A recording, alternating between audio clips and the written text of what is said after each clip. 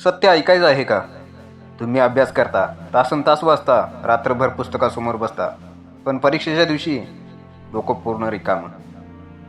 आणि मग स्वतःलाच म्हणता, माझी मेमरी वीक आहे. थांबा, इथेच पहिली चूक होते. सर्वात आधी एक गैरसमज काढून टाकूया. मेमरी वीक नसते, फक्त पद्धत वीक असते. जर तुम्ही योग्य पद्धतीने अभ्यास केला तर सामान्य माणूससुद्धा असामान्य आठवणशक्ती तयार करू शकतो. आज मी मोटिवेशनल भाषण देणार नाही. आज मी तुम्हाला खरंच काम करणारी पद्धत सांगणार आहे. एक गोष्ट लक्षात ठेवा, मेंदू हा रेकॉर्डिंग मशीन नाही, तो समजून घेणारा अवयव आहे. फक्त वाचलं म्हणजे लक्षात राहत नाही, समजलं तरच लक्षात राहतं. आणि इथेच 90% विद्यार्थी चुकतात. विद्यार्थी पुस्तक उघडतात, वाचत राहतात, पण स्वतःला एकदाही विचारत नाहीत, हे मला समजलं का? तुम्ही जर वाचलेलं स्वतःच्या शब्दात सांगू शकत नसाल तर ते लक्षात आहे असं समजूच नका. पहिली आणि सर्वात महत्त्वाची गोष्ट, ॲक्टिव्ह रीडिंग. वाचताना मेंदू झोपेत नसावा.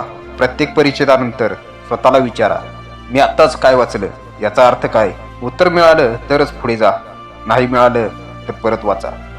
दुसरी गोष्ट, लिहिल्याशिवाय आठवत नाही. डोळ्यानं वाचलेलं लवकर विसरतं, पण हाताने लिहिलेलं मेंदूत कोरलं जातं. महत्त्वाचे मुद्दे स्वतःच्या भाषेत लिहा. सुंदर हँडरायटिंग नको, समजेल असं लिहा.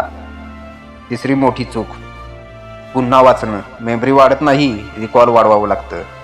पुस्तक बंद करा आणि आठवायचा प्रयत्न करा. जिथे अडकाल तिथेच तुमची कमजोरी आहे. चौथी गोष्ट, वेळेचा योग्य वापर. सलग 3-4 तास बसून अभ्यास करणं हे शहाणपण नाही. 25 ते 30 मिनिटं अभ्यास करा, 5 मिनिटं ब्रेक घ्या. ही पद्धत मेंदूसाठी सर्वात उत्तम आहे.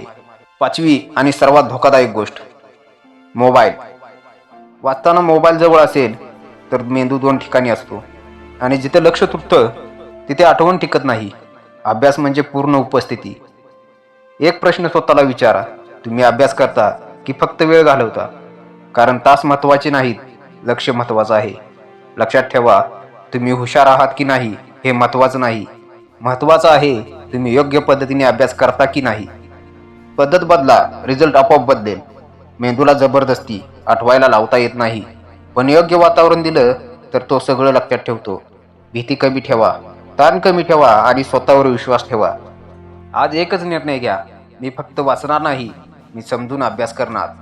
कारण वाचलेलं विसरता येतं, समजलेलं कधीच विसरत नाही. विचार बदला, पद्धत बदला आणि तुमचं भविष्य बदला. जय हिंद, जय महाराष्ट्र.